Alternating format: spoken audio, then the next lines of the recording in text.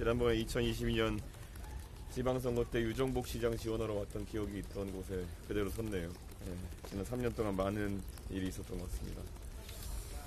오늘 먼저 제가 아침에 단일화 관련해 가지고 너무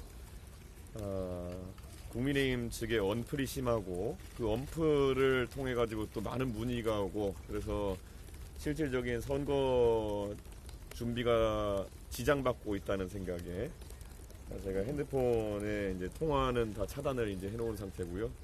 그래서 혹시 언론인들께서 소통하실 일이 있으시면은 저희 대변인들이나 또 저희 비서실장 통해서 문의 주시면은 제가 그건 또 바로 응대할 수 있도록 그렇게 하겠습니다.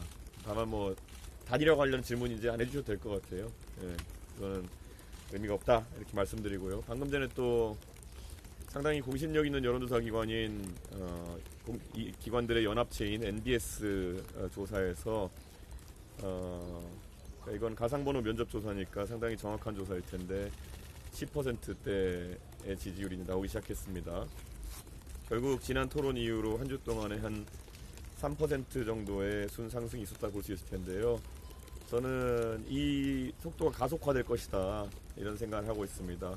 제가 어제 저희 자체조사 얘기도 던지셨는데 자체조사는 조금 더 변화의 속도가 빠르다 이렇게 보고 있기 때문에 추가적인 상승이 있을 걸로 저는 예상합니다. 그리고 저는 선거를 치르면서 미래를 많이 얘기합니다. 그래서 미래라고 하는 것은 대한민국의 젊은 세대가 바라는 아젠다들이 국민연금 문제라든지 아니면은 복지에 대한 문제라든지 정부 효율화의 문제라든지 이런 것들이 다뤄지기를 바라는 마음도 있을 것이고요. 한편으로는 지금까지 젊은 세대가 정치 영역뿐만 아니라 사회 영역에서 또 그리고 뭐 여러 영역에서 회사에서도 겪어오고 있을 가스라이팅에서 좀 자유로워지게 하고 싶은 마음도 있습니다. 너는 젊으니까 좀 기다려. 너는 어리니까 안 돼. 이번엔 네 기회가 아니야. 다음번에 밀어줄게. 이런 모두 다 거짓말인 것을 알고 있는 가스라이팅으로 젊은 세대의 사회 진출을 그리고 부상을 막아왔던 사람들이 있다면은 보수 진보 막론하고 그들과 당당하게 맞서겠다는 것이 이번 선거에서의 제 포부 중에 하나입니다. 그래서 단일화 얘기 아무리 해도 제가 거기에 대해서 완강한 것이 그런 과거의 문법으로 이번 선거를 치러낼 수는 없다는 그런 인식 때문입니다. 예. 혹시 질문 있으시면 좋겠습니다.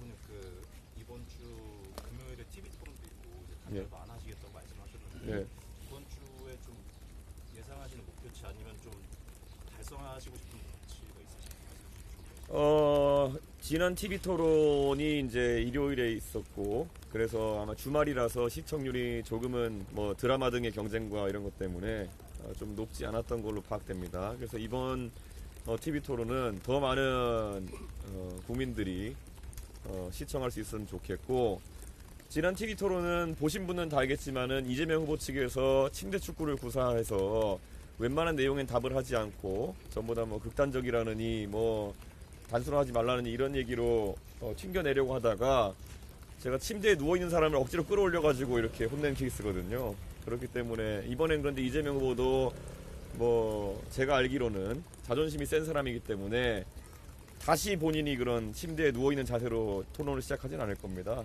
그래서 나름의 이제 목적을 가지고 저에게 뭐 네거티브도 시도하고 이럴 것 같은데 저는 이재명 후보의 그런 전략은 이미 간파됐고 또한 뭐 자신있게 대처할 것이고요. 원래 그렇게 큰 기술 걸다가 되치기 당하면은 더 처참한 것일 것이라는 것을 보여드리겠습니다. 제가. 예. 네. 동인방송 이자원 기자라고 합니다. 네. 이제 타 후보님들하고 좀 다른 행보를 계속 걷고 계시는데 네. 후보님께 청년이란 좀 어떤 의미가 있는지 그리고 또 인천 지역에 오신 만큼 인천 지역 관련된 공약에 혹시 하실 말씀 있으실까요?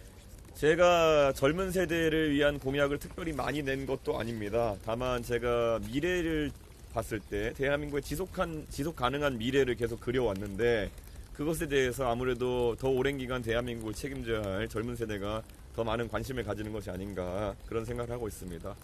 그 인천 지역 현안들은 뭐 저도 잘 알고 있습니다. 하지만 이번 선거 제 목표 중에 하나가 아까 제가 말했지만 제가 뭐 3년 전에 유정복 시장 선거도 독고하면서 이 지역의 SOC 사업이나 현안들을 모르는 것은 아닙니다만은 그런 것들을 과도하게 열거하지 않으려고 하는 그런 약간 목표가 있습니다. 특히 지난 TV 토론에서도 지적했듯이 뭐 이재명 후보가 그런 거 하고 다니면서 제2중앙경찰학교를 여러 곳에 복수 공약한다든지 아니면 그거 외에도 저희가 찾아보니까 뭐 말도 안 되는 것을 중복 공약 많이 했더라고요. 저는 그렇게 되지 않기를 바란다 이렇게 말씀드리고요. 다만 인천은 대한민국의 관문 도시로서 저는 인천 지역의 그런 인프라가 잘 활용되길 바랍니다. 제가 부산에 가서 부산이 국제금융도시로서 성장하길 바란다라는 말을 했다면은 저는 송도 같은 경우에는 원래 기획되었던 대로 국제도시화에서 아시아태평양 지역에 많은 기업의 헤드쿼터가 들어올 수 있는 그런 환경을 만들어야 된다. 특히 중국과 홍콩의 그런 최근의 정치적인 상황 때문에 아시아퍼시픽 헤드쿼터로 옮기려고 하는 기업들이 상당히 있는데 사실 지난 2, 3년 동안 윤석열 정부에서는 그것을 유치하기 위한 적극적 행동을 하지 않았습니다. 저는 인천의 미래는 국제도시화하는 것에 있다 이렇게 보고 그것에 가장 힘을 쓰도록 하겠습니다. 그 아틀리신 기자님. 네. 오늘 함익병 단장님이 50대 남성들은 룸사롱에 안 가본 사람이 없다라고 발언하셨는데 혹시 어떻게 생각하시는지?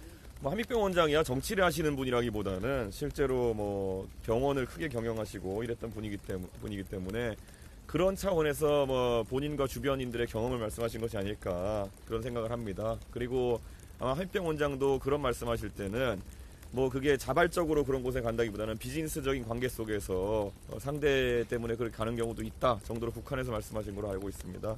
그래서 오히려 함익병 원장이 이야기한 것도 지기현 판사의 그런 일탈 행위를 넘어서 뭐 지적할 부분이 있으면 오히려 우리도 지적하겠다는 취지로 좀 보이고 그 지적할 만한 행위에 대한 구체적인 내용을 빨리 공개하라는 취지인 것으로 저는 이해하고 있습니다. 예.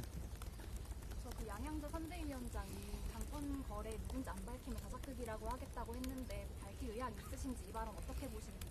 뭐 제가 양양자 의원님과 있었던 많은 일들 중에서 양양자 의원님이 불편하실 수 있는 내용을 지금까지 공개하지 않은 것처럼 저는 마찬가지로 뭐 그런 이야기가 뭐 저희 이동훈 공보단장한테 들어갔던 내용을 이동훈 공보장이 얘기한 거를 무슨 폭론이 이러면서 많은 사람들이 뭐 친한계라 이런 쪽에 시키려고 하는 것 같은데 저는 뭐